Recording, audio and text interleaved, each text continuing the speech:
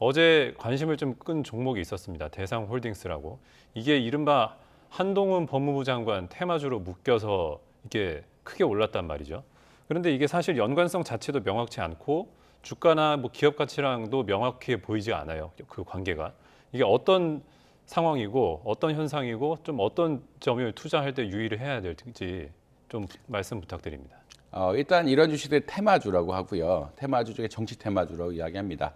테마주의 반대말은 우리가 가치평가에 따른 어떤 가치평가에 의한 주식 투자라고 볼 수 있고요. 가치평가에 대한 주식 의사는 이제 시장이라든지 미래 현금 흐름이라든지 미래 시장 어떤 금리 상황들을 계산해서 주식 가치 평가하고 이게 고평가됐다 저평가됐다를 보는 게 이른바 가치 투자라고 이야기하는데 이쪽 테마 투자는 전혀 다르죠. 테마 투자는 뉴스에 기반을 해서 이게 지금 한동훈 장관하고 이정재 배우가 사실 식사를 한 사진이 인터넷에 공개가 되자마자 어떻게 보면은 이정재 배우와 관련이 깊은 이제 대상이란 기업, 결국 신용품을 만드는 기업인데 대상만 굉장히 많이 올랐거든요. CJ 이런 데는 전혀 안 오르고 대상만 굉장히 많이 올라서 이게 한동훈 장관 테마주라는 이야기를 굉장히 많이 합니다.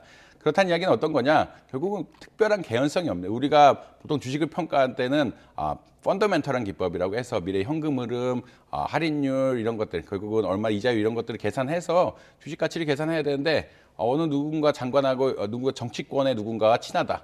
그리고 만약 정치권의 누군가가 국회의원이 된다 그러면 막연하게 굉장히 막연하게 혜택을 받을 거라는 이런 상황 속에서 주가 오르는 것을 정치 테마주라고 이야기하고 있고요.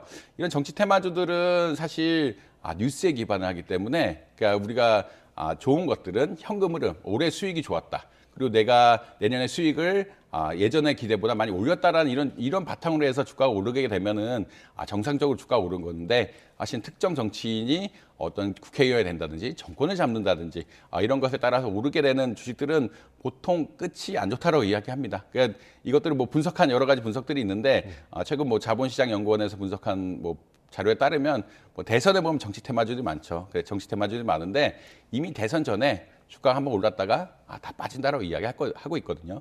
그 말은 결국은 이제 뭐 뉴스 같은 것들이 이러한 주식들의 흐름을 계속 끌고 가면서 우리가 사실은 그러니까 수요에 의한 가격 상승, 우리가 실제 가치 평가에 의한 가치 상승이 아니라 수요에 의한 가치 상승이 올라가면서 좀 문제가 되고 있다. 또 특히나 이제 최근에 공매도 전면 금지 때문에 어떤 이런 뉴스에 따라서 그리고 수급에 따라서 올라가는 주식에 대해서 가격을 낮추는 기능들이 조금 완화가 된 상태라서 어떤 뭐 이런 테마주들이 활동한 개연성은 조금 높아진 상황이다라고 보시면 될 것 같습니다.